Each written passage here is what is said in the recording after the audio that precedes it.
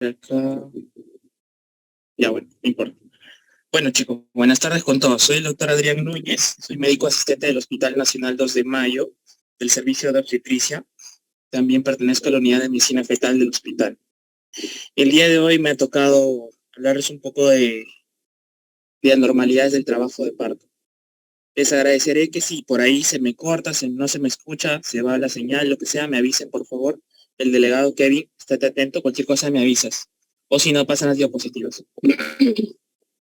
Bueno, como les comentaba, yo soy médico asistente del Hospital 2 de Mayo y me toca hablar un poco de dando la clase. Sin embargo, he tratado de resumirles el mes pasado. Recuerdo las etapas de lo que deben recordar y como hemos visto en el cuadro anterior, la fase 3 que corresponde al inicio del trabajo de parto, dentro de la fase 3 vamos a dividirla en 3 etapas. ¿Ok? La primera de dilatación del 1 al 10, la segunda del descenso y el parto, y la tercera de la expulsión del feto. Entonces, la fase latente ya deben recordar ustedes también que corresponde hasta de 0 dilatación hasta los 4 centímetros. La OMS, hace algunos años, desde 2016, si no me equivoco, ha tratado de cambiar un poco el, el momento en cual se divide entre fase latente y fase activa, porque se han notado, bajo estudios, que los 2 centímetros después del inicio de la fase activa, o sea, hasta 6 centímetros de dilatación, todavía hay un enlentecimiento de esta etapa que no necesariamente corresponde con lo que ya está descrito en lo que ya vamos a discutir más adelante, que es 1.2 centímetros por hora en nullis, en multis 1.5 de dilatación. Eso no llega a corresponder tan necesariamente en los primeros 6 centímetros, en los primeros, perdón, entre la dilatación 4 y la dilatación 6. Por lo tanto, la OMS está haciendo esfuerzos para pasar la fase activa, llamarla a partir de 6 centímetros de dilatación. Sin embargo, mientras todavía no se establezca de manera internacional, todavía vamos a contar que la fase activa inicia a partir de los 4 centímetros de dilatación. Entonces, como ustedes observan, la fase latente tiene un periodo y la fase activa tiene un periodo, pero este periodo es más corto, así sea nullis o multis, y va a depender mucho de cómo vaya dándose algunos factores del trabajo de parto, que los vamos a discutir más adelante. ¿Ok? Ya saben, la fase activa tiene 3 fases: fase de aceleración máxima y la fase de desaceleración. Es importante porque justamente ustedes van a observar, van a objetar cuando están en un parto, cuando sí han tenido la oportunidad de verla, cuando quizás están en un momento donde la gestación está, la madre está con una dilatación 8, dilatación 9, ustedes van a ver que la progresión no es tan rápida, ya se estanca o se hace un poco más lenta. Justamente es porque comienza la fase de desaceleración. Entonces vamos a observar que hay una ligera demora entre entre la dilatación 8 a la dilatación 10. Entonces, ¿por qué les hago el comentario de todo trabajo de parto nuevamente? Porque de por sí el trabajo de parto es diferente entre persona y persona.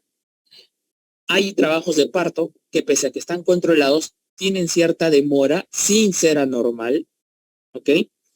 Pero ya cuando pasan ciertos intervalos de tiempo, ya pasan a ser algo patológico. Entonces, el trabajo de parto no es necesariamente un intervalo ya establecido, escrito y que se va a dar de esta manera, ¿no? Tiene ciertas modificaciones por cada paciente, es individualizada, y en algunas puede demorar más que otras. Te va a sorprender como una nulípara a veces avanza muy rápido, como una multípara se avanza muy lento. Entonces, hay que tener siempre en consideración ese concepto. Listo. Entonces, ya entrando un poco al tema que vamos a tratar el día de hoy, vamos a observar que hay múltiples causas de las llamadas anormalidades del trabajo de parto. Entonces, dentro del grupo conceptual, como lo he tratado de colocar acá, tenemos distocias de contracción, Ahí vamos a observar el trabajo de parto prolongado, el trabajo de parto disfuncional, el trabajo de parto precipitado. Vamos a observar también una distocia de canal de parto, que no le he colocado ahí, se me ha pasado, que es la desproporción fetopélvica. Las distocias de presentación, ¿okay? La presentación podálica, la presentación transversa, la presentación compuesta, el asinclitismo, la deflexión y finalmente las distocias causadas por los anexos, que en este caso vendría a ser el cordón umbilical, según el número de vueltas, según la posición o según si hay presencia de nudos o pseudonudos.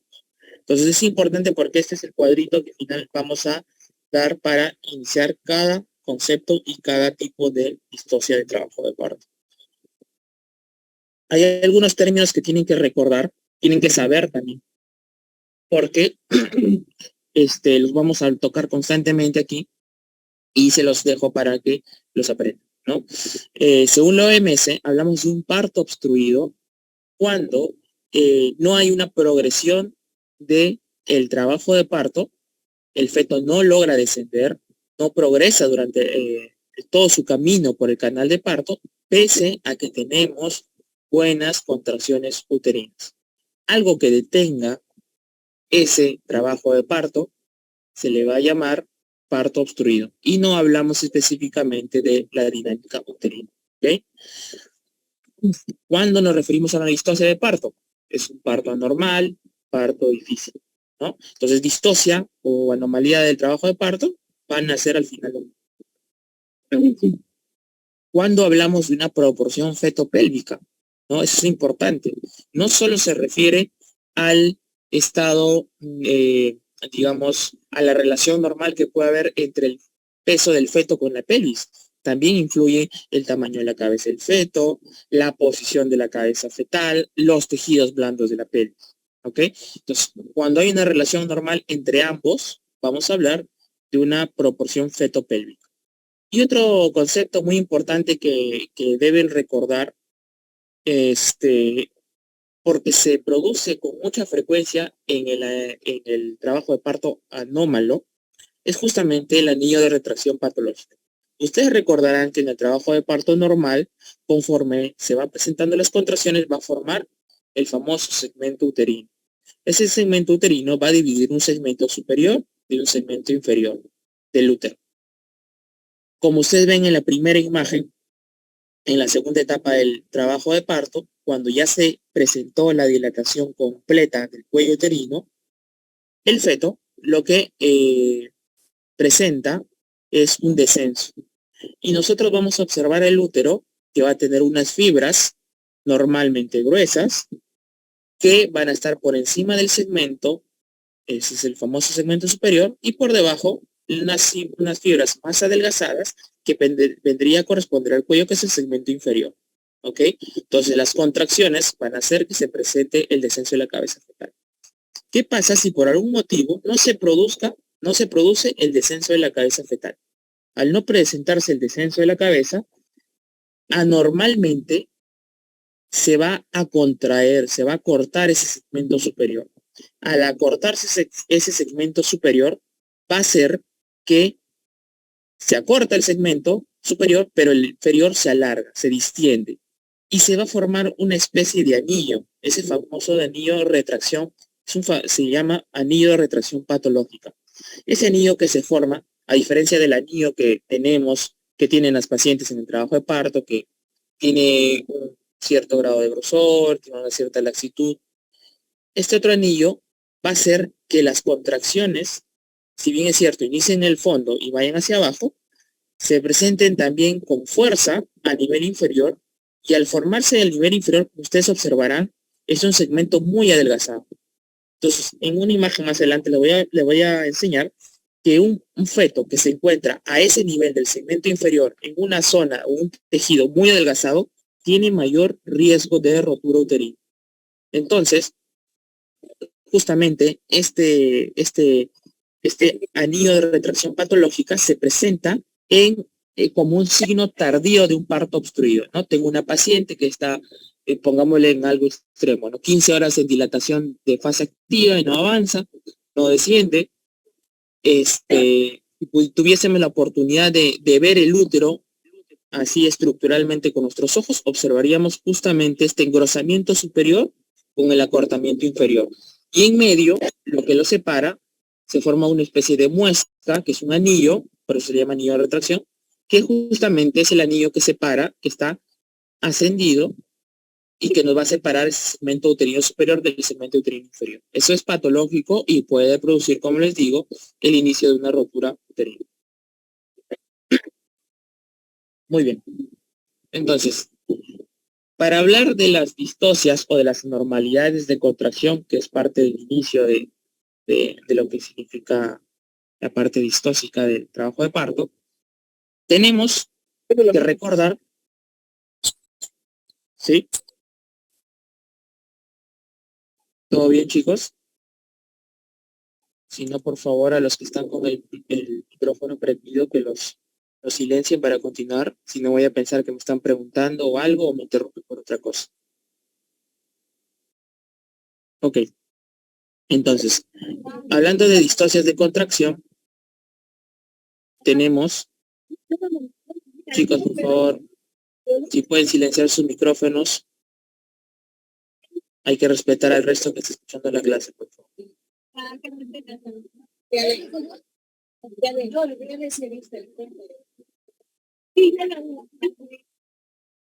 A la doctora Almendra Márquez, por favor, silencie su micrófono. O alguien que esté cerca de ella que por favor le silencie el micrófono. Nos distrae. Ok, entonces, en cuanto a distocias de contracción, tenemos que recordar que el trabajo de parto se produce por 3 mecanismos muy importantes, hasta diría yo 4 mecanismos, que van a ayudar a que se presente este parto. Quizás el más importante, son las contracciones uterinas. Entonces, las contracciones uterinas, junto a una resistencia cervical que se va a ver disminuida por las mismas contracciones uterinas, más una presión. Chicos, Kevin, un favor, silencia a tu compañera porque no puedo, me distrae tu compañera. O ya se fue, creo ya. Entonces, teníamos las 3 fuerzas, los 3 mecanismos, las contracciones uterinas, una resistencia cervical que debe ser disminuida y una presión del polo fetal que se produce al descender el feto. Estos 3 mecanismos van a hacer que se presente el parto. ¿Okay? A esto le sumamos un cuarto mecanismo que viene a ser la presión intraabdominal materna. La madre, ya saben, por el pujo materno, va a contribuir incrementando la presión intraabdominal. Entonces tenemos una presión generada por contracciones uterinas, una presión generada por la presión hidrostática del líquido amniótico que ejerce durante la contracción hacia abajo y la misma presión de la cabeza fetal que va a ejercer fuerza. Estos 3 mecanismos van a llevar a un trabajo de parto normal. ¿Okay? Entonces, recordemos que en la segunda etapa, cuando la madre, el útero ya está en dilatación completa, en dilatación 10, y la cabeza fetal ya está descendida o está en proceso de descenso, requiere una fuerza adicional más que vendría a ser justamente este pujo materno o esta presión intraabdominal incrementada. Entonces, ustedes van a observar cuando tengan una paciente, quizás, imagínense, no tenemos una paciente que no haya ingerido alimentos en muchas horas. Esta paciente, aparte de lo que desgasta el trabajo de parto, va a estar venida menos, va a estar agotada.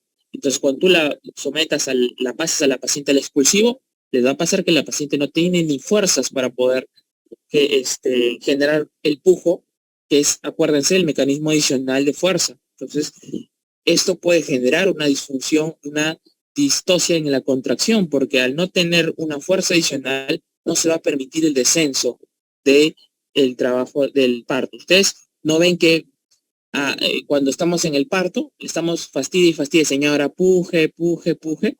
Justamente ese pujo es finalmente lo que va a desencadenar la salida del parto vaginal. Entonces, es de suma importancia contar con estos 3 mecanismos más el cuarto mecanismo que se presenta en la segunda etapa del trabajo de parto.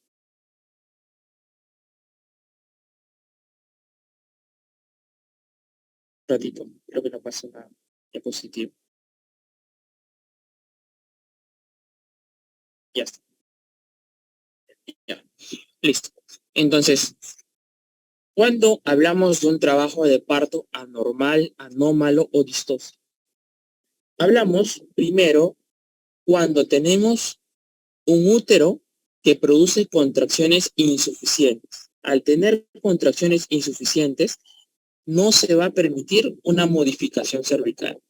Te recordarán, lo voy a explicar más adelante, que hay una triple gradiente de contracción uterina. Las fuerzas van de el fondo hacia abajo. Al no tener esa fuerza, esas contracciones eficaces, no se va a modificar el cuello uterino. A esto le vamos a llamar disfunción uterina, que lo voy a explicar en la siguiente diapositiva. ¿Ok? Si a las contracciones inadecuadas le agregamos la falta de la presión intraabdominal que estábamos comentando, que se produce por un agotamiento materno, falta de pujo, tenemos ya una fuerza en declive, ¿no? A eso, otras causas que pueden desencadenar un trabajo de parto anómalo son anomalías en la presentación, anomalías en la posición, cambios en los tejidos uterinos, ¿no? La pelvis materna, las estructuras óseas y blandas de tal. Y también recordarles que justamente la mayor parte de estas anomalías se producen durante la segunda etapa del trabajo de parto, o sea, durante la dilatación completa y descenso del feto. Entonces, tenemos que, cuando tenemos como resultado de anomalías de la fuerza, que vienen a ser el útero de la madre, producto, que vendría a ser el feto, y del canal, vamos a tener como resultado un trabajo de parto anormal. ¿Ok? ¿Qué hallazgos clínicos comunes en mujeres de trabajo de parto podemos encontrar? ¿No? Entonces, cuando tenemos una dilatación cervical o descenso fetal inadecuado, vamos a tener un trabajo de parto prolongado, trabajo de parto detenido, todo eso lo vamos a comentar más adelante, o un esfuerzo de expulsión inadecuada por agotamiento materno, el llamado empuje ineficaz.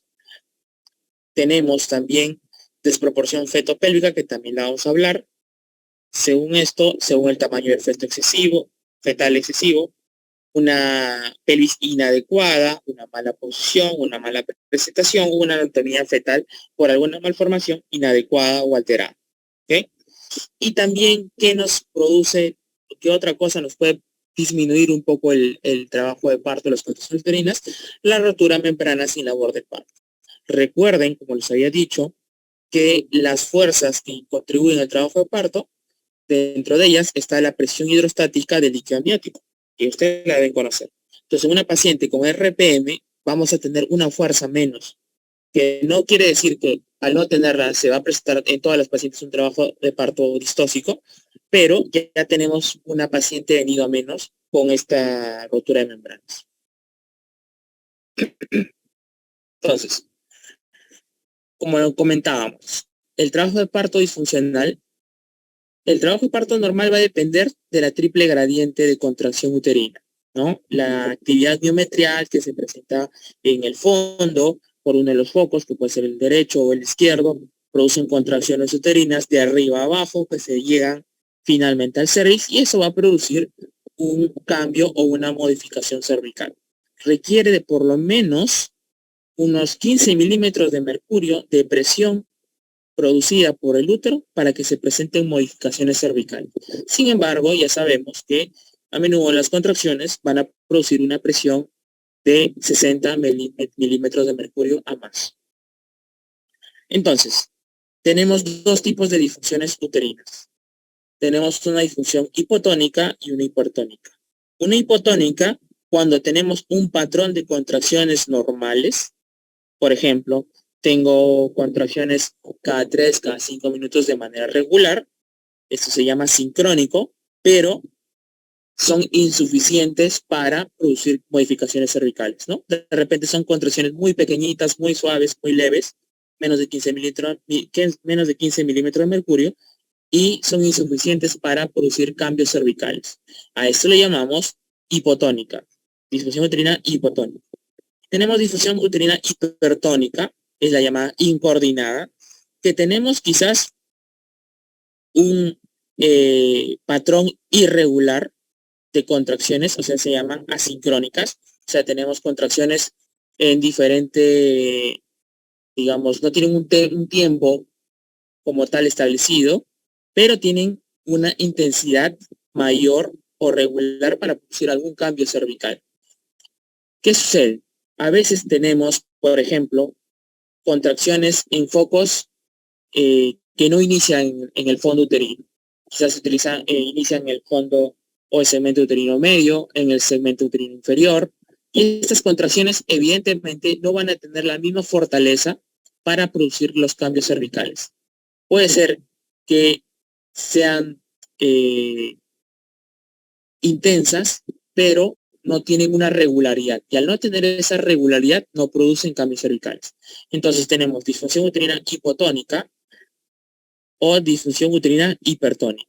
Una es insuficiente de fuerza de contracción y otra es suficiente de fuerza de contracción, pero son irregulares y por lo tanto no van a producir las modificaciones cervicales esperadas. ¿Ok?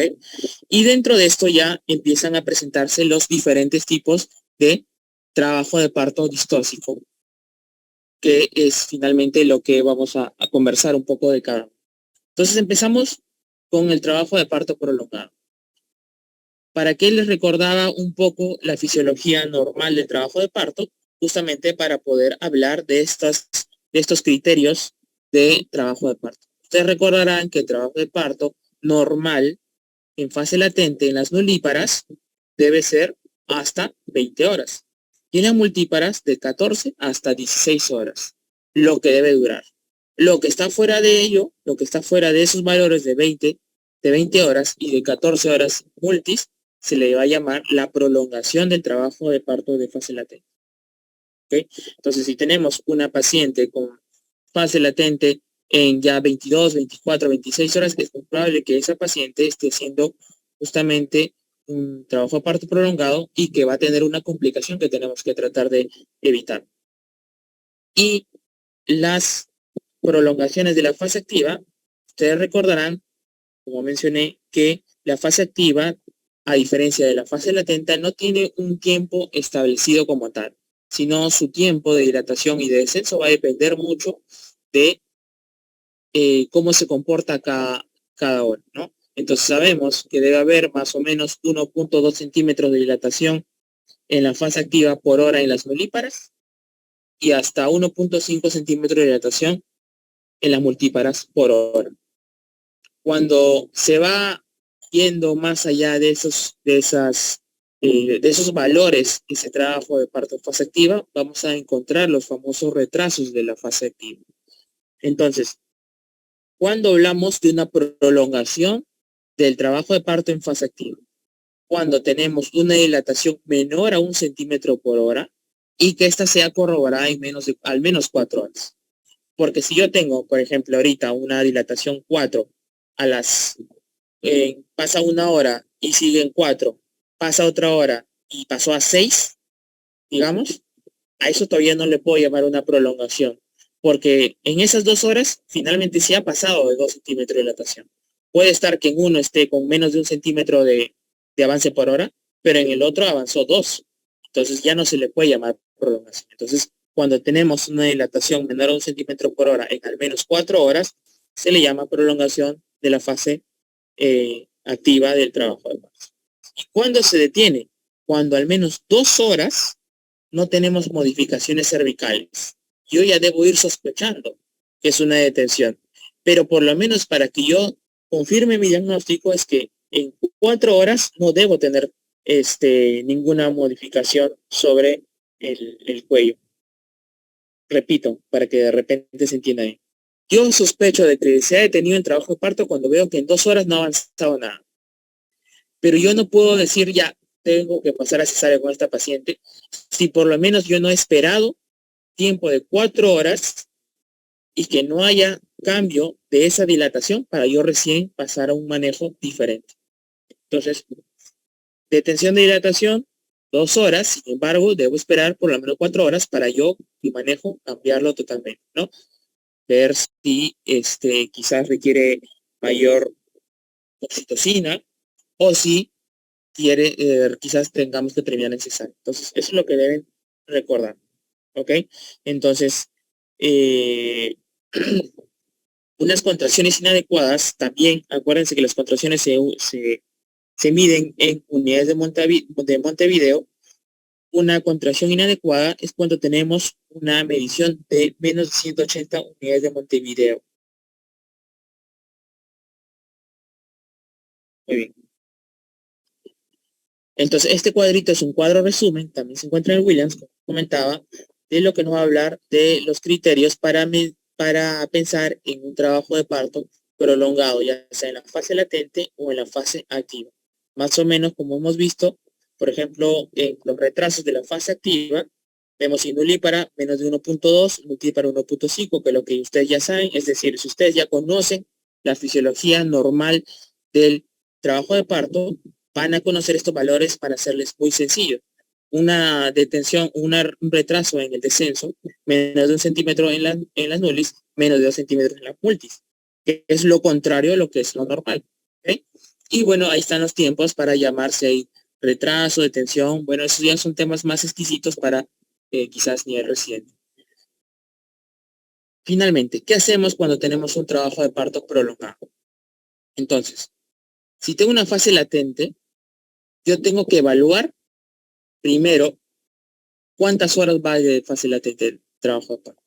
Yo no es que no vamos a ser tan objetivos y vamos a decir, bueno, la paciente no voy a hacer nada hasta que tenga 20 horas para yo recién llamarla a la paciente como una fase latente prolongada. No, tengo que ir evaluando conforme va pasando una cantidad de horas si la paciente está entrando justamente en este enlentecimiento del trabajo de parto.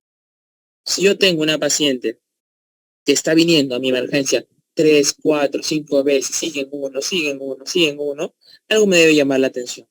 Entonces, en ese momento, mientras yo estoy haciendo mis evaluaciones, quizás tengo que evaluarla para ver cómo está realmente esa dinámica uterina.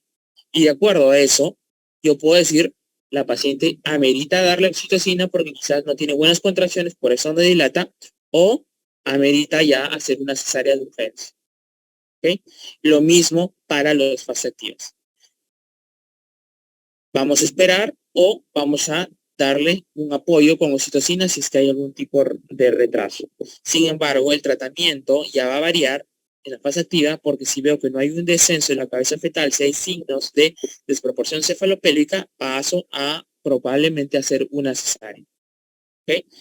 Y también vamos a apoyar a las pacientes. A veces sucede, como les comentaba, que las pacientes, acuérdense, así como les tengo oxitocina para las contracciones uterinas, ¿qué más requieren? ATP. ¿De dónde sale el ATP? De el consumo de alimentos. Si yo tengo una paciente que no ha comido desde la noche anterior, evidentemente no voy a tener una buena contracción uterina. Tenemos que darle a veces dextrosas o tenemos que darle una dieta blanda para que eso fomente que la paciente tenga más fuerza también para su pufo y también tenga energía para presentar las contracciones uterinas. Entonces a veces optamos por hacer que descanse la paciente, porque se alimente y nuevamente reevaluamos si es que amerita mejorar sus contracciones o ya culminar por vía cesárea. ¿Qué otro trabajo de parto importante tenemos? ¿Qué otra distosia de trabajo de parto importante tenemos? El trabajo de parto precipitado. ¿Qué es el trabajo de parto precipitado? Si bien es cierto, nosotros podemos tener trabajos de parto muy rápidos en típaras o en mulis, más frecuentemente en multis. Esos trabajos de parto que son excesivamente rápidos, que tú la ves ahorita en 1 centímetro de dilatación y quizás de aquí en 2 horas la ves ya está completa. A eso se le llaman partos precipitados y no hay que tener temor para denominarles así. Los partos precipitados es un trabajo de parto muy rápido, muy veloz, que te va a producir ciertas complicaciones por el mismo trabajo, por la misma velocidad del trabajo de parto. ¿Ok? ¿Qué sucede? Hay contracciones uterinas que son muy fuertes, muy intensas, o que el segmento inferior, que corresponde al cervix, es muy blando, se va a dilatar rápidamente, o que la paciente a veces no tiene tienen un umbral de dolor muy alto. Hay pacientes que están súper tranquilitas, están con contracciones muy fuertes, muy intensas, están súper tranquilas y no sienten nada. Entonces, cuando tú le preguntas, señora, ¿y cómo van las contracciones? Ahí, tranquila, todo bien. De repente esa paciente ya está pasando rápidamente su proceso de dilatación y no nos va a sorprender que haga un trabajo de parto precipitado. ¿Ok? ¿Cómo se define cuando tenemos un trabajo de parto que dura menos de 3 horas? Se completa el trabajo de parto en 3 horas, desde el inicio hasta el final. ¿Ok? Chicos, vamos a parar ahí segundos porque ahorita creo que se va a cerrar.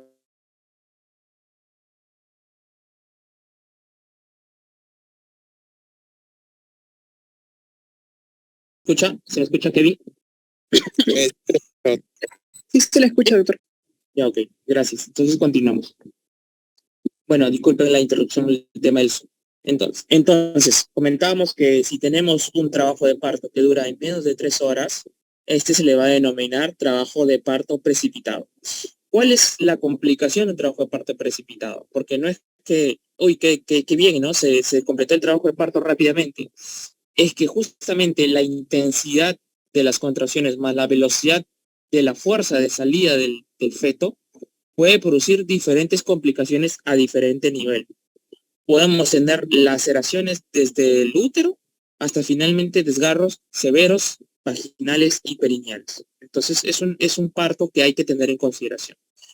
Va a producir, como todo trabajo de parto distóxico, un riesgo de hemorragia postparto, en casos muy severos, un embolismo de líquido amniótico cuando se produce todo muy abrupto. Puede presentarse a veces desprendimiento prematuro de placenta por la rapidez con la que se sale el feto, hemorragia postparto, como les había dicho, meconio, Apgar bajo al nacer, etcétera. Entonces es una patología, es un trabajo de parto patológico que hay que tener mucho cuidado, ¿no? Entonces, cuando yo tengo y otra cosa también es importante, que a veces estos se presentan cuando la paciente no está en el hospital. Entonces, imagínense un trabajo de parto donde se precipita, ese feto puede nacer en cualquier lugar. Esos fetitos, esos recién nacidos que nacen en el baño, en la moto, en el taxi, a veces son producto de parto precipitado. Y evidentemente, al nacer en un lugar inadecuado, puede producir un traumatismo encefalocraniano al feto. Y pues obviamente es algo que nadie quiere, ¿no? Nos ha pasado en nosotros en el hospital, trabajos de parto precipitado, donde el bebito ha terminado cayéndose en el balde. Uno apenas está colocando a la paciente y la paciente empujó y se salió el feto. Entonces, hay que tener mucho cuidado con estos trabajos de parto. No hay que minimizarlos, que suele pasar. Y lo otro es que no se olviden que puede producir una hemorragia postparto severa. Y la paciente se nos puede morir chocada simplemente porque se ha perdido el tono uterino producto de este trabajo de parto distóxico. Evidentemente, tengo que tener mucho cuidado porque nosotros a veces en el trabajo de parto, sobre todo en la fase de aceleración, como ustedes habían visto, las contracciones son a veces algo ineficaces cuando ya está en dilatación 10. Entonces a veces ayudamos a la paciente con un poco de oxitocina para fomentar esas contracciones. Evidentemente, en estas pacientes están proscritas porque va a incrementar la intensidad y las complicaciones. Y no se van a usar topolíticos. No, eso está prohibido en el trabajo de parto.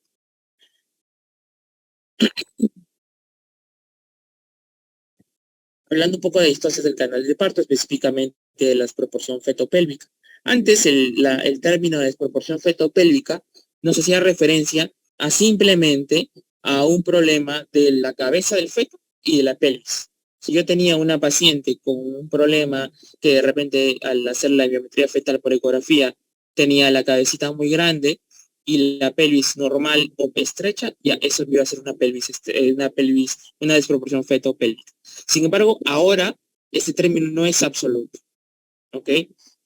Entonces, las causas ya no solo son la cabeza. Puede ser la posición de la cabeza fetal, contracciones ineficaces y también puedes presentar un tamaño fetal excesivo, ¿no? Si yo tengo un paciente con una pelvis adecuada, normal, pero con una gestación grande, un feto grande con un feto macrosómico, voy a tener una desproporción cefalopélvica. Si yo tengo un feto con una anomalía de la posición, como ya las que vamos a hablar más adelante, voy a tener una desproporción fetopélvica. ¿Ok? Entonces, el diagnóstico, recordar que es dinámico. Yo no puedo llamar desproporción fetopélvica a una paciente cuando no la he visto con contracciones. Cuando te venga una paciente de tu centro de salud, de tu policlínico, con ese diagnóstico y la paciente ni siquiera tiene algún indicio de contracciones, ese término está mal empleado. Yo solo puedo hablar de desproporción fetopélvica en pacientes en trabajo de parto. Recién puedo yo decir si ahí no va a haber una relación normal entre mi feto y mi pelvis. ¿Okay? Y el diagnóstico no necesariamente se va a repetir en embarazos posteriores. Si yo tengo una paciente que la opero por desproporción fetopélvica en este embarazo, no necesariamente para el siguiente la voy a operar por la misma circunstancia. Hay que valorar otras cosas. Y es habitual que ahora, si bien es cierto, el término de pelvis estrecha, pues encierra la posibilidad de que no se dé un parto vaginal, ahora es muy variable y la pelvis no termina siendo un limitante. Tú puedes tener una pelvis estrecha con un feto pequeño y que sale con un parto normal. Y no necesariamente yo le tengo que denominar a ese estado una desproporción fetopélvica. ¿Ok? ¿Qué signos me pueden hacer sospechar de una desproporción fetopélvica? Si, por ejemplo, yo le hago tacto vaginal a la mamá y encuentro quizás, por ejemplo, una edematización del cuello, palpo la cabeza fetal y veo, palpo las suturas cabalgadas, palpo un caput que ya se está extendiendo, caput del feto, evidentemente. Son signos que me pueden hablar indirectamente de una desproporción fetopélvica. ¿Ok? Una edematización del cuello, un edema en el cuero cabelludo del feto, el caput sucedáneo y el cabalgamiento de las suturas.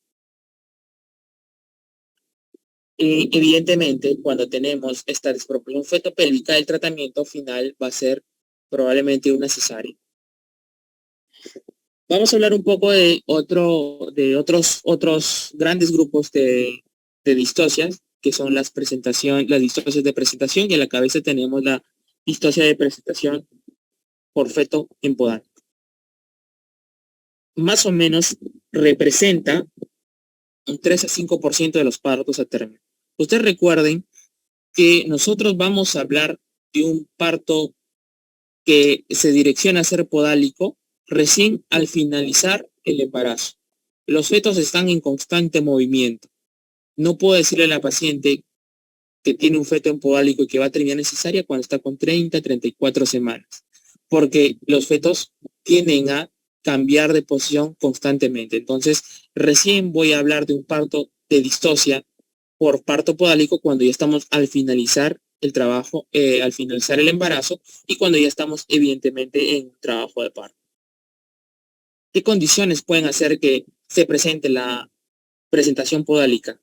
Si tenemos 2 o más fetos, ¿no? En los embarazos múltiples, evidentemente un feto se acomoda como puede dentro de su bolsa amniótica, cefálico, podálico, transverso, etcétera, etcétera.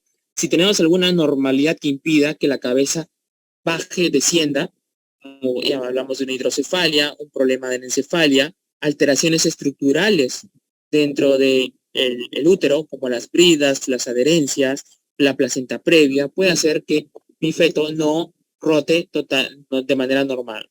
Bebito con una mamá con polidramnios va a tener más espacio para que el feto se mueva y por lo tanto voy a tener una mayor posibilidad de que mi bebé sea parto podal. ¿Qué más? El diagnóstico, no se olviden que evidentemente es clínico mediante la exploración con sus maniobras de Leo. Pero también lo podemos corroborar porque tenemos a veces pacientes con cierto grado de obesidad, lo podemos corroborar con una ecografía. Entonces, con la ecografía podemos finalmente descartar si está o no está en podálico, porque a veces tenemos la duda siempre de esa paciente. ¿Qué tipos de de presentación podálica tenemos? Aquí les voy a mencionar estos 3 tipos de parto en podálico. Tenemos la presentación pelviana o feto podálico tipo nalgas puras o nalgas francas. ¿Qué vamos a observar en esta presentación? Justamente que ambas caderas están flexionadas y una o ambas piernas, como pueden observar, están totalmente extendidas. Entonces, presentación pelviana franca, no sé si se ve el puntero, pero si no, ni modo, podemos observar que las caderas están flexionadas sobre el torso, pero las piernas, una o ambas, están extendidas. A eso se le llama presentación de nalgas puras. O sea, lo que se nos va a presentar a la pelvis es solo las nalgas. ¿Okay? Cuando tenemos una extremidad flexionada, una extremidad flexionada sobre la cadera y la otra extendida por debajo de las nalgas, a esa le vamos a llamar presentación podálica incompleta. ¿Ok? Podemos tener una o ambas piernas o extremidades extendidas hacia abajo por debajo de las nalgas y puede estar el pie o la rodilla extendida y a eso le vamos a llamar presentación podálica incompleta. Y cuando yo tengo ambas extremidades flexionadas, si yo tengo una presentación donde el feto tiene las extremidades, la cadera flexionada sobre el torso y la rodilla también flexionada, vamos a llamarla como presentación podálica completa. Entonces, como ustedes pueden observar, la incompleta vamos a tener una de estas extremidades que se extiende por debajo de las nalgas. En la completa ambas extremidades están flexionadas y en las nalgas puras está la cadera flexionada, pero los miembros inferiores están extendidos hacia arriba. ¿Ok? Entonces no se deben equivocar porque es relativamente importante para la hora del trabajo de parto. Hay una presentación dentro de la presentación pelviana incompleta cuando cuando tú haces un tacto vaginal y palpas el pie, a eso se le llama presentación de pie, pero vendría a ser una variante no más de la presentación pelviana incompleta. ¿Ok? ¿Y por qué la importancia de conocer un poco las diferentes actitudes que toma el feto durante el parto podálico? Porque les va a pasar que durante sus serums en su centro de salud van a poder chocarse con diferentes tipos de parto y entre esos van a tener quizás una atención de parto podálico. No he visto la mayoría de serumistas y exinternos residentes que no me ha dicho que no ha atendido por lo menos un parto podálico. Por eso es importante que conozcan cómo es la atención de un parto podálico. Yo voy a atender acá este cuadrito importante me va a hablar de que en qué tipo de pacientes en podálico yo no les voy a dar chance vaginal, que es justamente lo que vamos a describir ahorita en el parto vaginal. O sea, de este cuadrito, ¿a qué pacientes en podálico les voy a hacer cesárea? Uno, y es probablemente una de las más importantes, es la falta de experiencia del operador. Por ahí una vez hace poco nomás una alumna me preguntaba en la guardia por qué no se daban chance de los partos podálicos, si hay parto podálico en la maternidad o en algunos otros lados. Porque los riesgos del parto podálico sopesan más que los beneficios. Y algo que está sucediendo desde hace muchos años con cada, digamos, promoción de residentes que van saliendo, es que cada vez, como se están operando más los partos podálicos, se está teniendo menos experiencia en la atención del parto vaginal podálico. Entonces, es importante tener la experiencia del operador. Yo no voy a tener un parto podálico si es que he visto 1 o 2 partos podálicos en mi vida y quizás hayan salido solos. Entonces, eso va a favorecer a que una presentación podálica termine en una cesárea. ¿Ok? Si hay una paciente que evidentemente me solicita una cesárea, no puedo obligarla a dar un parto vaginal en estas condiciones. Fetos grandes, fetos macrosómicos, tampoco le voy a dar chance de parto podálico, ¿no? Esto de fetos pretérminos sanos o aparentemente sanos, va a ser muy variable, va a depender qué tan pretérmino, o sea, no es lo mismo un parto pretérmino a las 34 semanas o a las 36 semanas donde hay maduración pulmonar y un parto pretérmino a las 30 semanas, a las 28 semanas. Evidentemente, mientras más prematuro sea, tengo mayor riesgo de complicaciones de ese parto, independientemente de que sea un parto podálico. Que se va a hacer más fácil porque es un bebé con menor peso, sí, va a ser más sencillo.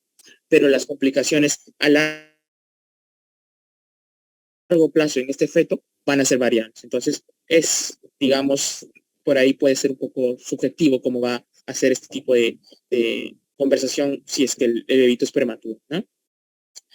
Si tiene una anomalía fetal que me impide un parto vaginal, evidentemente, ¿no? Si yo tengo una paciente con una espina bífida abierta, no me voy a lanzar ni siquiera asiste encefálico en mandarla a hacer una paciente, a hacerle un parto vaginal, ¿no? Si tiene un defecto de hernia fragmática, una cardiopatía congénita incompatible con, con el parto vaginal, qué sé yo, no me voy a lanzar a hacer que esa paciente haga un parto vaginal podálico, ¿no? Entonces, tenemos que tener mucho cuidado.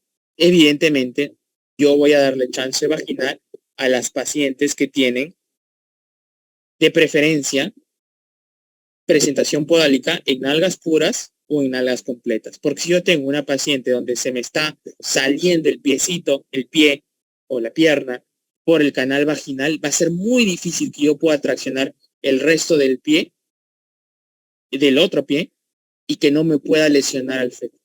Entonces, generalmente las prestaciones pelvianas incompletas no les damos chance de parto vaginal de ninguna manera. ¿Ok? Y bueno, evidentemente, si ha tenido una cesárea previa, también va a disminuir la posibilidad de que se le dé un chance de parto vaginal al parto podálico. Entonces, en la atención del parto podálico es importante que ustedes deben saber que se hace de 2 personas. Siempre tiene que haber una persona que te acompañe para la atención del parto podálico. Y ahora lo vamos a ver por qué. Tengo que hacer, si veo que el ponderado del feto es relativamente normal, no es un feto pequeño, le tengo que hacer una episiotomía, sobre todo si es nulípara, y tengo que ir valorando que generalmente los partos podálicos son partos que van naciendo solos.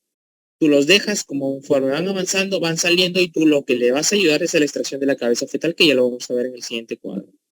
Entonces, puede tener un feto, por ejemplo, en este caso, que tengo un feto con presentación en algas francas, yo lo que voy a hacer es que cuando se está protruyendo por el canal vaginal las nalgas, voy a introducir mis manos, voy a tomar las caderas y voy a tratar de traccionarlas hacia la salida.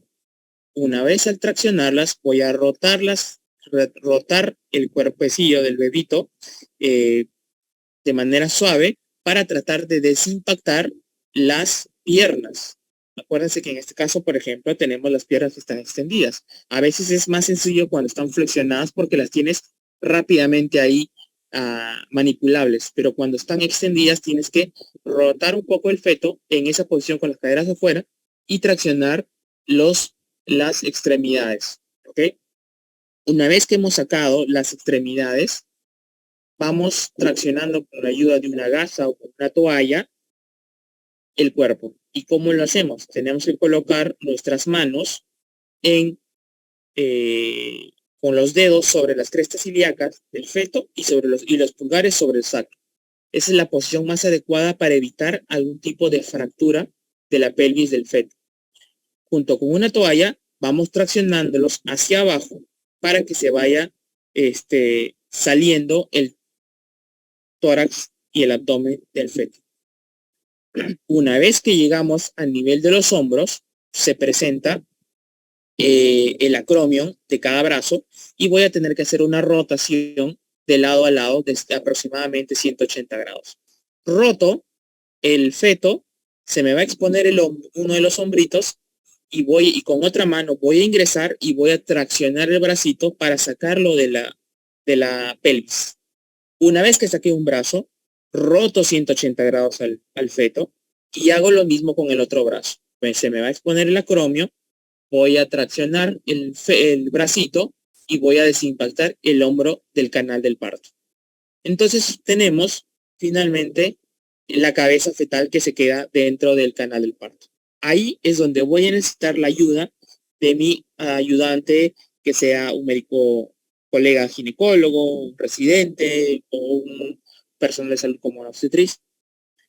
Voy a utilizar una maniobra que es la maniobra me va a permitir desimpactar la cabeza del feto. Esa es la famosa maniobra de Morisot. ¿En qué consiste? Yo lo que voy a hacer es voy a utilizar mis dos manos.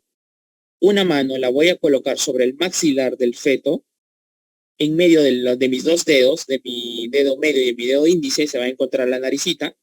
Y voy a presionar el maxilar superior. Mi mano, mi palma de mano va a estar debajo del tórax del feto y mi antebrazo debajo del abdomen del feto. Mi otra mano se va a encontrar, la voy a colocar encima de los hombros del feto.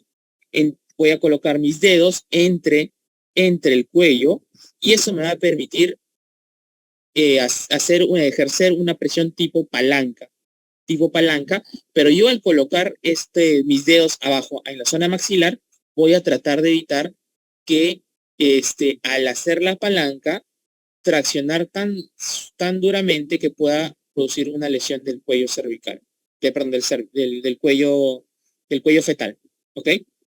Entonces, la maniobra de Morisot consiste justamente en esa desimpactación de la cabeza mediante la colocación de mis manos. Y voy a necesitar que mi ayudante me haga una presión suprapúbica para poder ayudar a ejercer fuerza sobre la cabeza del feto y me permita retirarlo, ¿no? Entonces, va a consistir en una flexión de la cabeza fetal más una presión suprapúbica. Una mano en el maxilar y la otra mano en los hombros. Esta es la famosa maniobra de Morisot para la liberación de la cabeza fetal. ¿Ok? Muy bien. Evidentemente, si no voy a darle chance a un parto podálico, voy a tener que terminar en una cesárea. A veces los partos podálicos se complican, tengo que hacerle, a veces, complementarle no solo un epicio lateral, sino hacerle otra epicio lateral en el otro lado, y puede ser para darme un mayor rango de movilidad al canal. Igual, si no tengo mucha experiencia a la hora de hacer la maniobra de Morisot, puedo lesionar el cuello y producirle algún tipo de compresión y fractura del cuello, ¿no? Acuérdense que los fetos, los huesitos son muy frágiles, entonces puedo complicar más la situación. Por eso es que, como les decía, habitualmente ya no se está haciendo atenciones de parto podálico por la falta de inexperiencia que tenemos la mayor parte de ginecólogos de esta generación, quizás. Bueno, otro tema importante para hablar de presentación es la presentación transversa. Y cuando hablamos de una presentación transversa, cuando tenemos que el feto se encuentra perpendicular al eje materno. La columna del feto se encuentra perpendicular al eje materno. ¿Okay? Cuando tenemos que la columna del feto se encuentra en un ángulo de 90 grados al eje materno, hablamos de una famosa posición de feto en oblicuo, que es transitoria, es inestable, pero generalmente no solemos usar como parte de la denominación. Entonces, uno de los hombros se va a localizar en la entrada en la salida de la pelvis. La cabeza fetal se va a localizar en una de las crestas ilíacas y las nalgas se van a localizar en la contraparte de la otra cresta ilíaca. ¿Ok? Entonces, vamos a hablar de diferentes variedades de posición transversa dependiendo de la localización del dorso o espalda. Si yo tengo feto con el dorso anterior, vamos a hablar como feto transverso, dorso anterior. Puedo tener dorso superior, puedo tener dorso inferior. O puedo tener dorso posterior, que a veces eso hace que me haga el diagnóstico más difícil cuando el feto está en transverso. Hacer las maniobras de Leopold en un feto con dorso posterior es más difícil porque solo voy a palpar cabeza y las extremidades. Y no voy a poder palpar bien el dorso del bebito y determinar en qué posición realmente se encuentra. ¿Cómo podemos sospecharlos? Aparte de la maniobra de Leopold, justamente cuando tengo una altura uterina que no corresponde a la edad gestacional. Evidentemente, el abdomen se va a enlongar de manera horizontal, ¿no? Voy a ver un abdomen ya más ovalado, ¿no? Puedo palpar el polo cefálico en alguna de las crestas ilíacas y también va a suceder que cuando yo tengo una paciente en trabajo de parto y el feto está en transverso, puedo llegar a palpar las costillas del feto y bueno, eso es también parte de la evaluación clínica para el diagnóstico. Si yo tengo un feto que ingresa en trabajo de una madre que ingresa en trabajo de parto, puedo presentar que una de las extremidades prolapsen por el canal del parto. Y esto es de mucho riesgo, es una emergencia obstétrica. Al prolapsar una de las extremidades, ese feto va a seguir doblándose el organismo, el cuerpo va a tratar de expulsarlo y va a producir lesiones en el brazo. E incluso nosotros mismos, al tratar de traccionarlo, si no conocemos bien la posición del feto, podemos traccionar, hacerle algún tipo de parálisis o lesión nerviosa. Entonces, es una emergencia quirúrgica encontrar un prolapso de brazo o de hombro. ¿Ok? Cuando, por ejemplo, esta gráfica que podemos observar, ahí podemos observar el famoso anillo de Baldel o anillo de retracción uterina o anillo de contracción patológico. Cuando, por ejemplo, tenemos un trabajo de parto que progresa a su dilatación máxima, pero no desciende porque sale uno de los hombros, ¿no? No hay un buen descenso de la cabeza fetal, entonces el útero va a empezar a seguir, va a continuar contrayéndose hasta que las contracciones hagan que el útero se acorte y el segmento inferior, como les había comentado, se elongue. Ustedes pueden observar en ese gráfico cómo se ve una muesca, ¿no? Un anillo que conecta el segmento uterino superior e inferior, pero fíjense dónde se encuentra el feto. El feto todavía parte de la mitad del cuerpo o más se encuentra en el segmento uterino superior. Eso puede hacer que la debilidad a nivel de este anillo produzca una rotura uterina, que sería pues lo más grave que se presente en estos casos, ¿no? Entonces tenemos un paciente así, prácticamente el tratamiento es cesárea.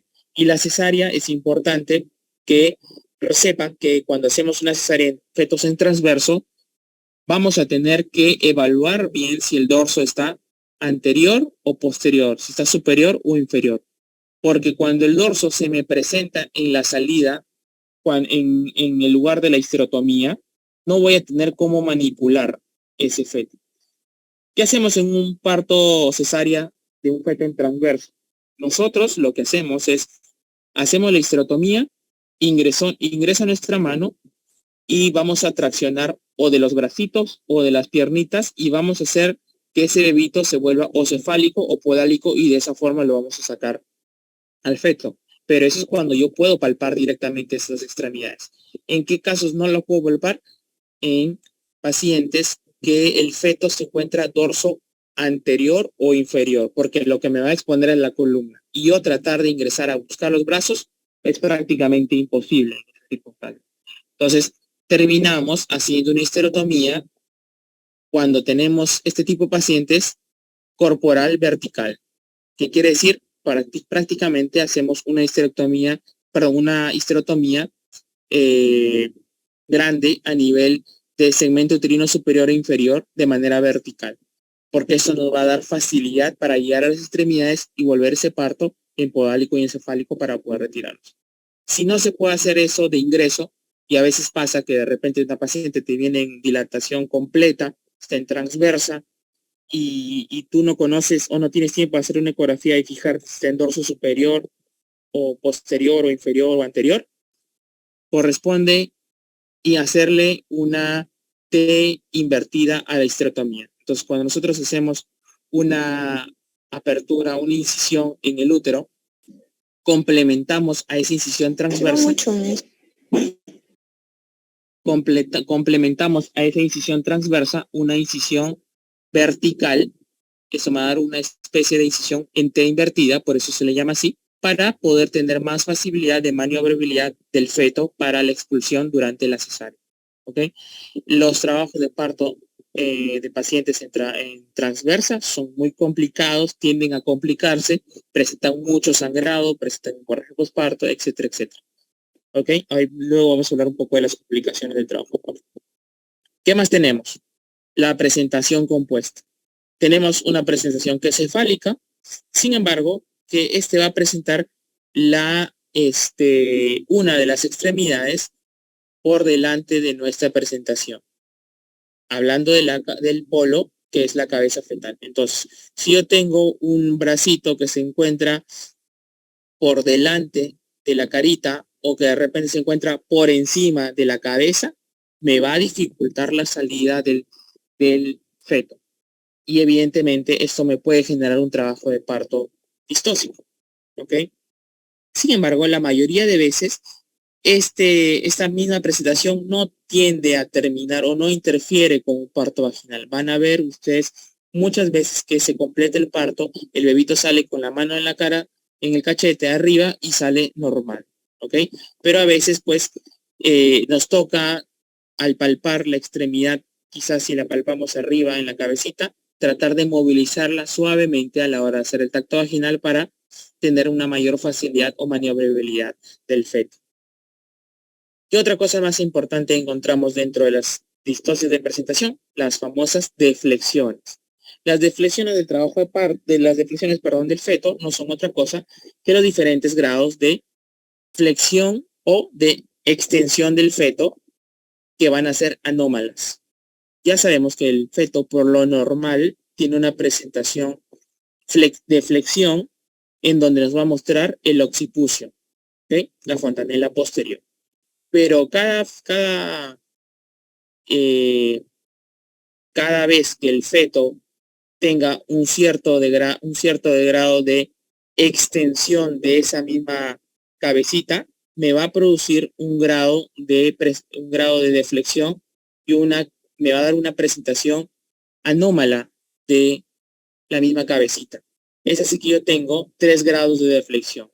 El primer grado es cuando se me va a presentar como punto de referencia la brecma. Es importante que se acuerden porque eso siempre es pregunta de los exámenes. Entonces, si yo tengo un punto de referencia a la brecma, voy a observar, como ven en la figura B, que tengo un diámetro que va de la parte posterior del occipucio hacia el brecma, ¿no? Y aproximadamente mide 11.5 centímetros. En teoría, yo le puedo dar un parto vaginal. Cuando tengo un feto que presenta un mayor grado de extensión o de deflexión también, vamos a pasar al segundo grado. En este segundo grado, lo que nos va a presentar es la frente y el punto de referencia es la nariz. En este caso, voy a tener un mayor diámetro que va a ser aproximadamente de 13.5 centímetros.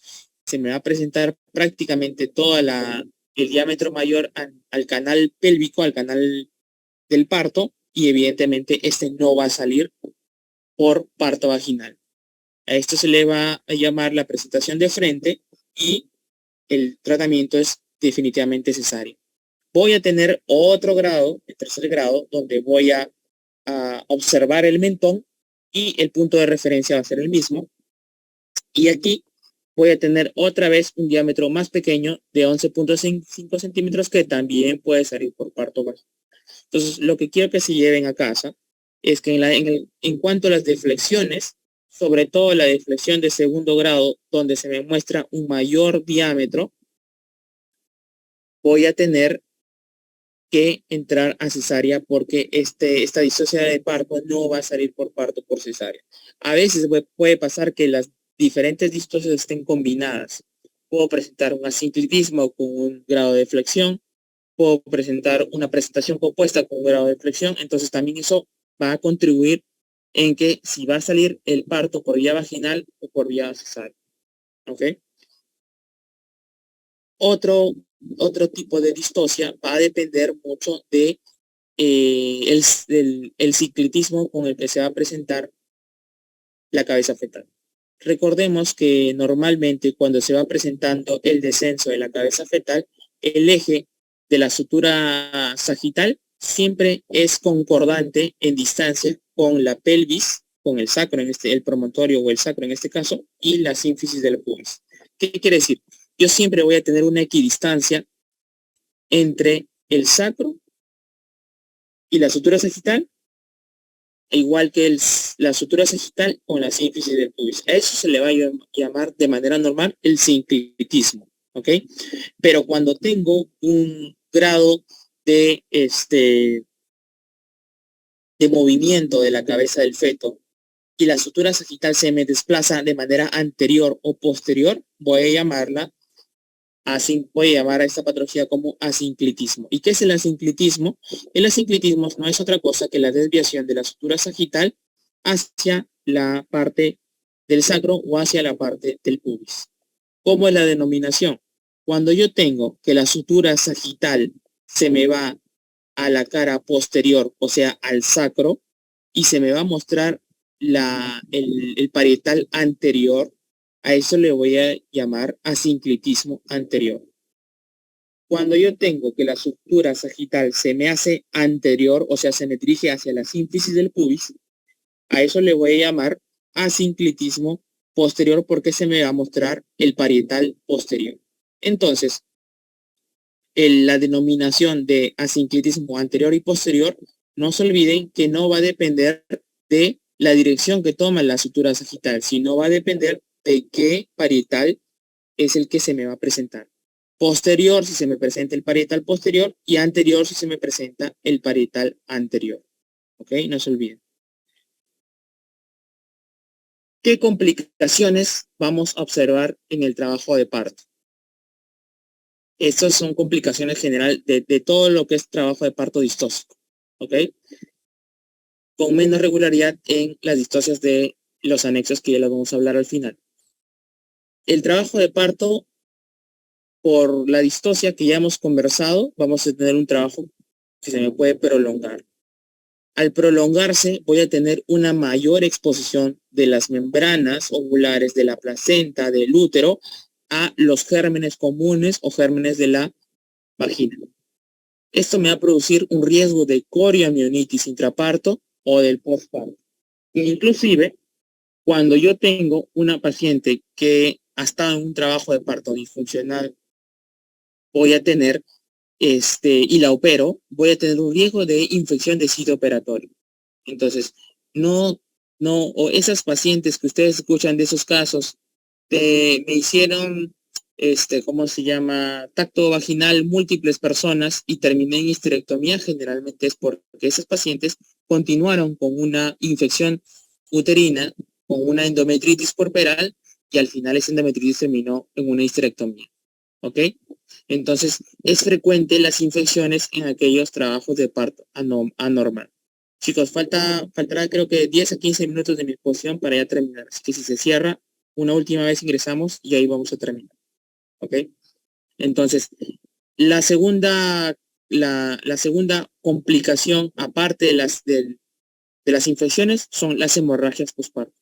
Todo trabajo de parto distóxico me va a producir en su mayoría hemorragia postparto. Por eso es que yo debo tener en cuenta la profilaxis durante el parto o darle un manejo de la hemorragia ya cuando se presente el sangrado durante el parto. ¿Okay? Desgarros uterinos por cabeza impactada. Eso es importante porque el desgarro uterino se produce tanto en un parto vaginal como cuando uno presenta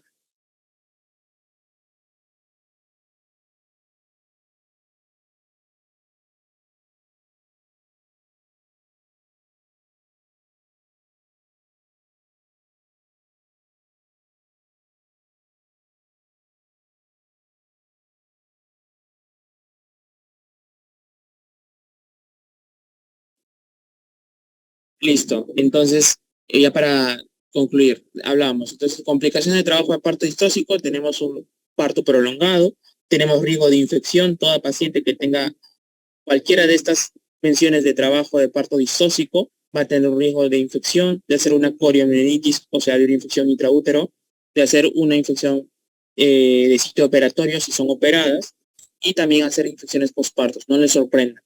Puede presentarse una hemorragia postparto, que hay que tratar de evaluarla desde antes de que la paciente ingrese a sala o ingrese a parto. Si yo tengo una paciente con un trabajo prolongado, de parto prolongado, o se me está haciendo una distosia que ya está prolongando mucho el tiempo de trabajo de parto, yo ya sé que esa paciente muy probable me haga un tipo de hemorragia durante el parto de la cesárea. Por eso es que yo debo prevenir y debo tener mis oxitóxicos, mis heterotónicos, a la mano para poder tratarla si es que se presenta eso, ¿no?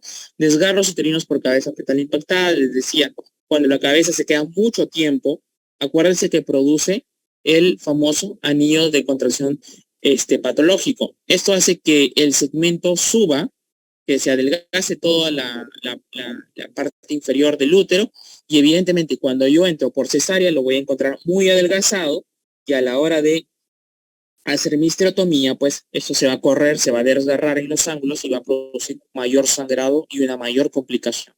La rotura uterina, que ya les comentaba, el por qué se presenta justamente por el anillo de retracción patológico. Las fístulas, lesiones de suelo pélvico, perineal, ¿no?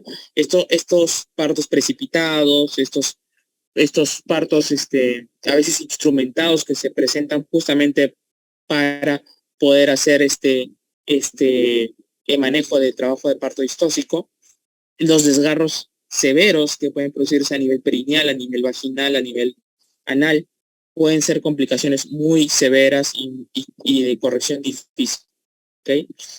Y bueno, el anillo de contracción patológico que ya lo habíamos mencionado, que es parte del trabajo de parto ya muy avanzado.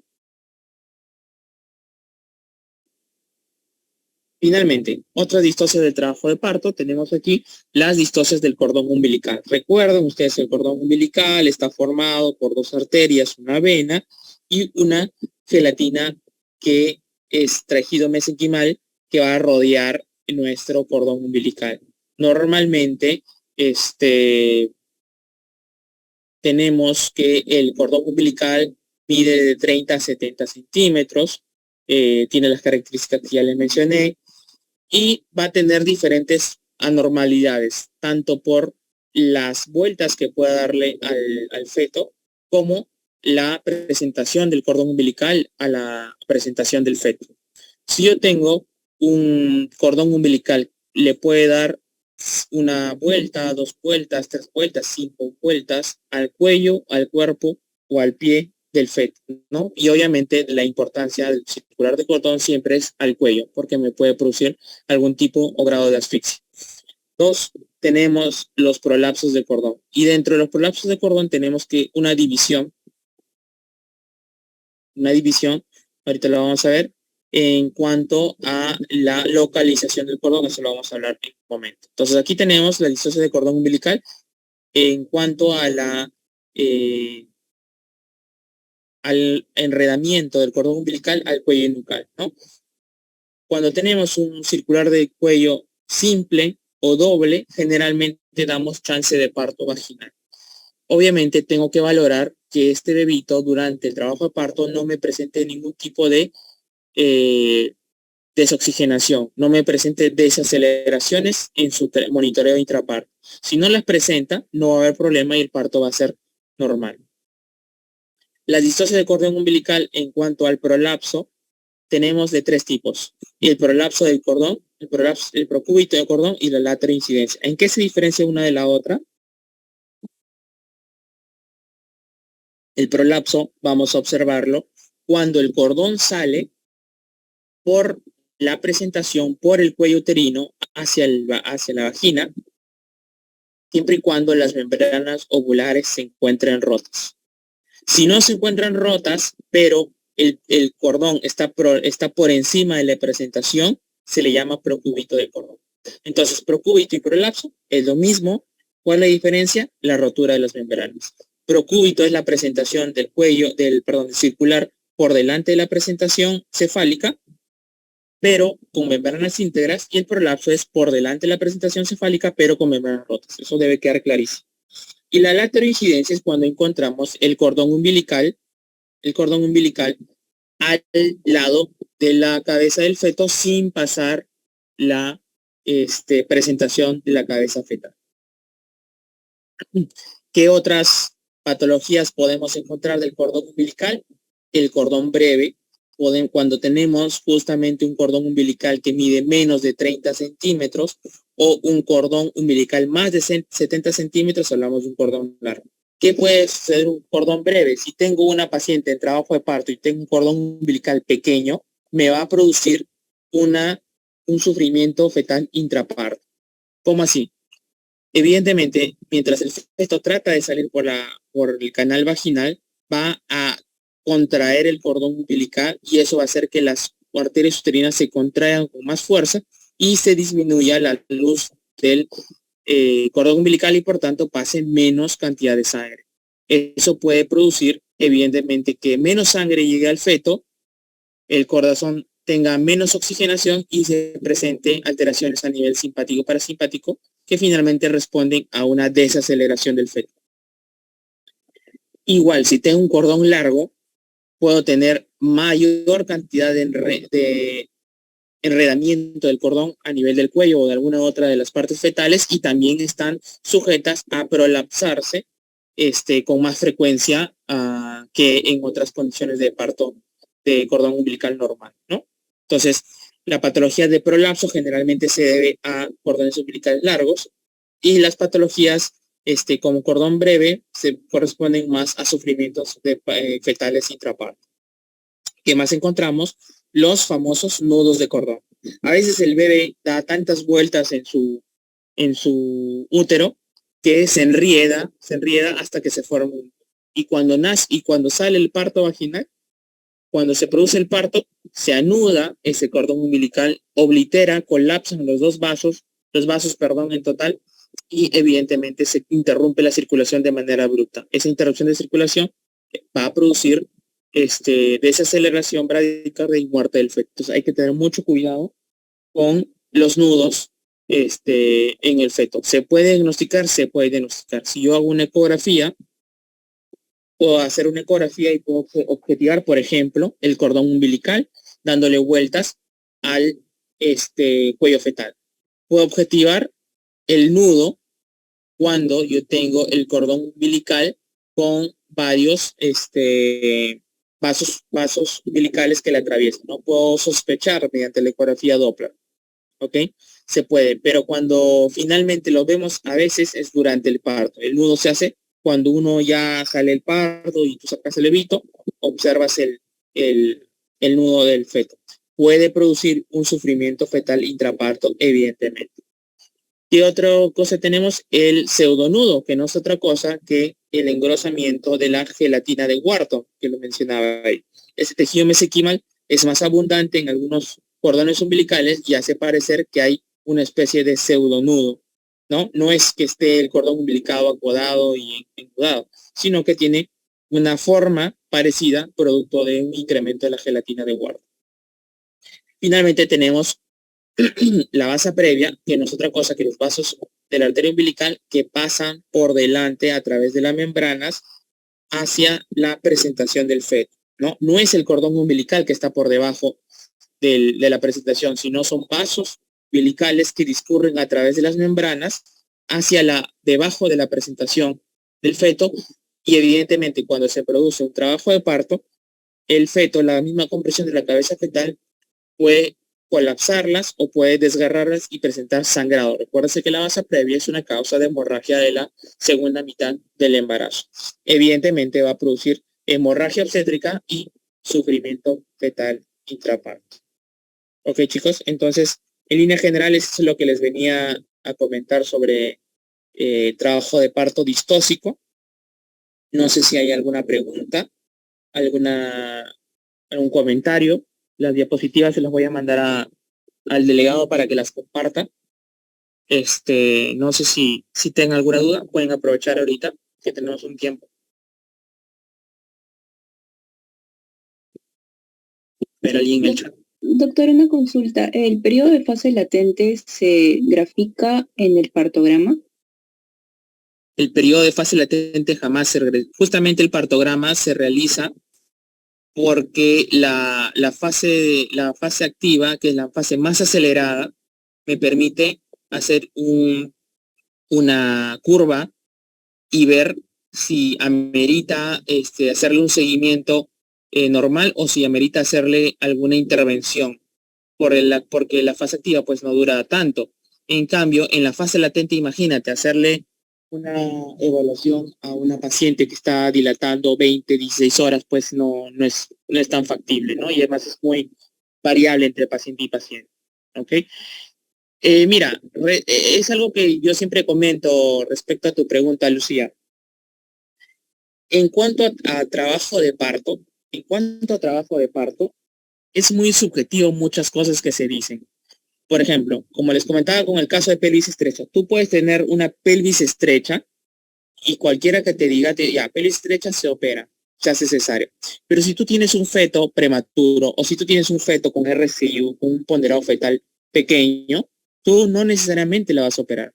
Tú puedes darle chance de un parto siendo una paciente con pelvis estrecha. Es lo mismo que pasa con los grados de flexión. Para la teoría, para el Williams y para muchos, digamos, textos, los grados de flexión, el único que tendría que operarse sí o sí, es el grado de flexión tipo 2, porque es el que me presenta mayor diámetro anteroposterior. Y el resto se debería dar parto vaginal. Si tú me preguntas si en el hospital hacemos eso, no. Así la mayoría de partos, incluso grados de flexión 1, las terminamos operando. ¿Ok? Entonces, para la teoría, para el Williams, como te vuelvo a decir, que es donde yo he basado mi evidencia, el grado 3 también da indicación para parto vaginal. Pero habitualmente el grado 2 y el grado 3 son partos por cesárea para nosotros. ¿Ok? Igual pasa, por ejemplo, con placenta previa. Placenta previa, como les comentaba a mis alumnos la vez pasada, en placenta previa te dicen la placenta previa de inserción baja, la que está por fuera de 2 centímetros, es la única que puede dar parto vaginal.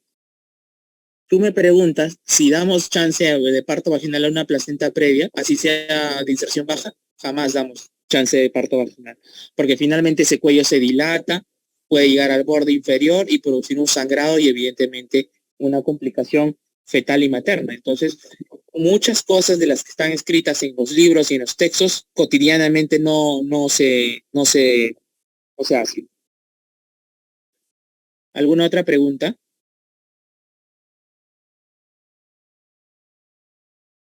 Por el chat, si están tímidos, también lo pueden hacer. No hay problema. Recuerden ustedes que las distocias en general son muchas, no solo las que he comentado, hay unas cuantas más por ahí que se derivan, pero lo que ustedes deben saber es aprender a detectarlas. Porque yo un trabajo de parto distóxico, dependiendo la distosia, yo puedo darle o parto vaginal, hacer algo para el parto vaginal o pulmonar necesario. Como dice la doctora, si yo hago un buen tacto vaginal y palpo la nariz y estoy sospechando que se me está viniendo de frente la cara, yo rápidamente mi expectativa es hacer una cesárea de inmediato, ¿no? Si yo tengo un prolapso de cordón umbilical, mi expectativa en ese momento es rápidamente entrar a la sala de operaciones. Si yo tengo un feto en transverso, un feto en podálico, avanzado, etcétera, etcétera, mi conducta es sala de operaciones, en su mayoría. Pero si yo tengo un problema con las fuerzas de contracción, si mi contracción no está tan fuerte, entonces yo lo que tengo que hacer es mejorar la dinámica. Entonces le voy a poner oxitocina, ¿no? Si yo tengo que mi fase latente se está prolongando mucho, o ya está yéndose a la denominada fase latente prolongada del trabajo de parto, entonces yo la detecto, porque le mando a caminar, la detecto, veo que no avanza, le hago un monitoreo intraparto, veo cómo está la dinámica uterina, y de acuerdo a eso digo, no, esta señora necesita contracciones, le falta dinámica. La paso a hospitalización para una acentuación del trabajo de parto. ¿Ok? Entonces, la sospecha y el diagnóstico de las diferentes distocias del trabajo de parto me va a permitir tomar una conducta.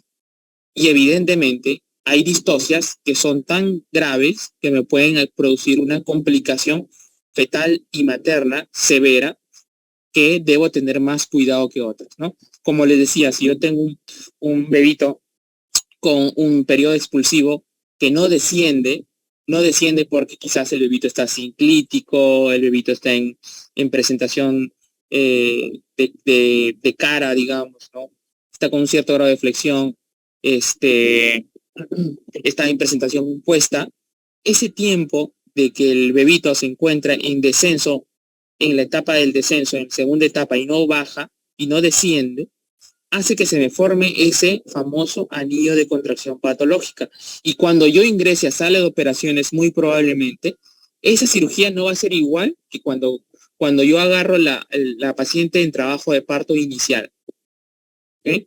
Entonces, cuando yo evalúo a una paciente de manera adecuada y me doy cuenta de repente que estando en dilatación 3, en dilatación 4, tengo un feto que está viniéndome en presentación de frente, entonces no voy a esperar que llegue a la dilatación 10 para ver que no sale.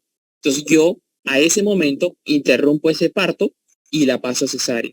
Pero si yo no la detecto porque no sé o no tengo mucha acuciosidad para detectar una presentación de cara o de frente, y espero que llegue al último momento, a la segunda etapa del parto, del trabajo de parto, entonces ese tiempo va a hacer que mi segmento uterino se adelgace, se forme el famoso anillo de contracción patológica, y ya cuando yo ingrese a esa paciente cesárea, se me va a desgarrar, se me va a producir una atonía uterina, se me va a producir una hemorragia posparto, me va a producir lesión de vejiga, etcétera, etcétera, etcétera. Entonces, no es lo mismo ingresar una paciente con una distocia diagnosticada, pues, ya en la segunda etapa, que una distocia diagnosticada, pues, en el inicio del trabajo de parto o en fase latente o fase activa.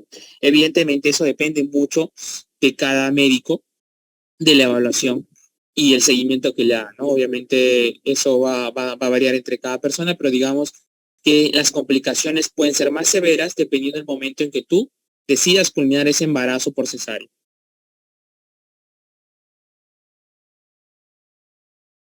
¿Alguna otra pregunta, chicos?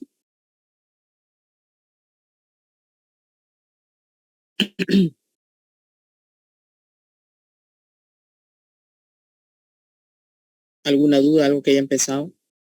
Doctor, en el nudo de cordón sí o sí es cesárea, ¿no?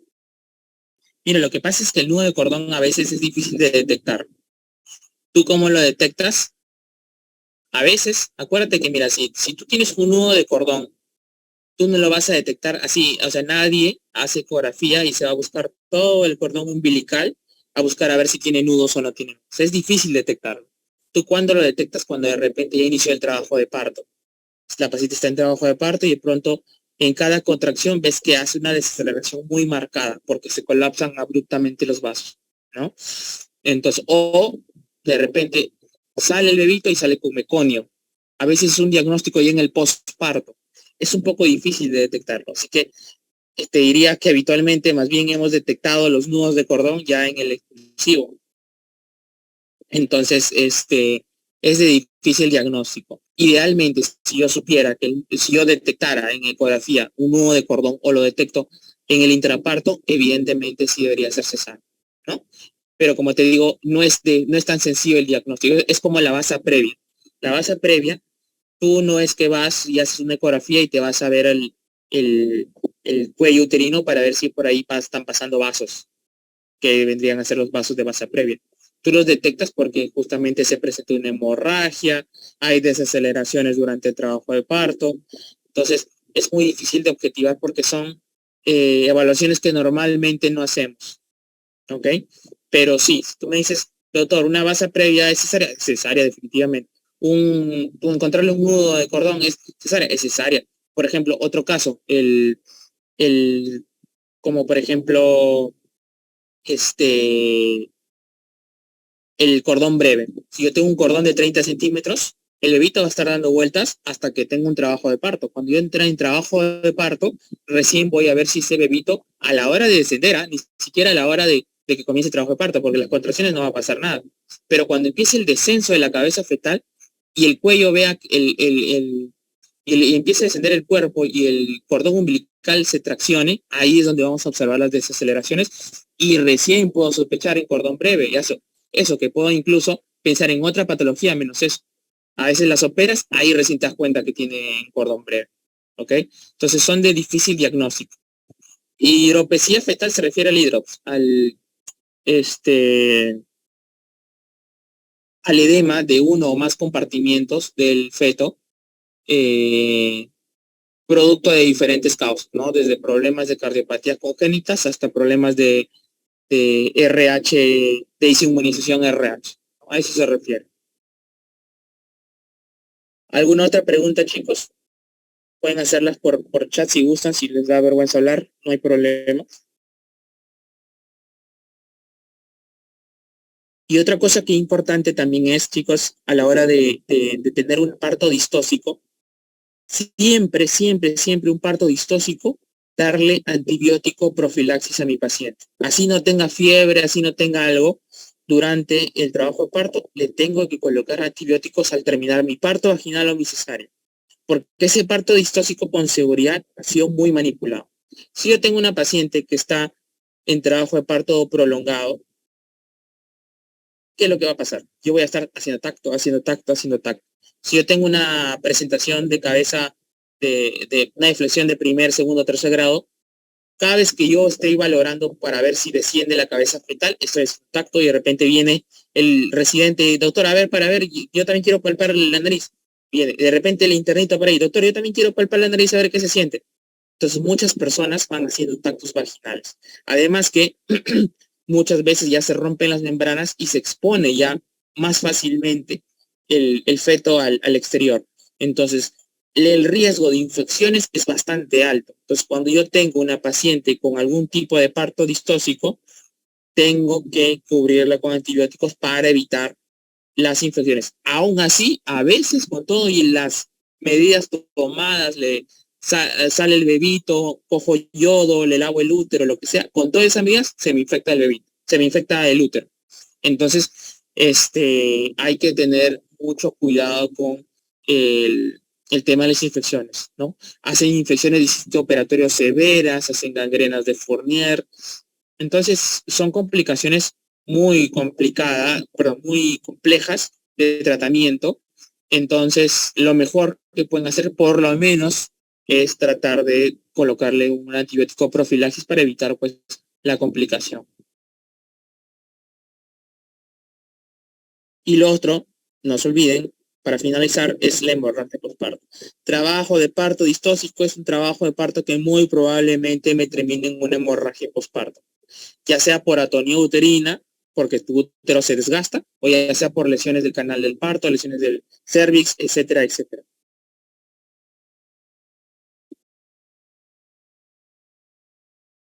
Ok, chicos, si no hay ninguna otra pregunta, lo dejamos por ahí por hoy.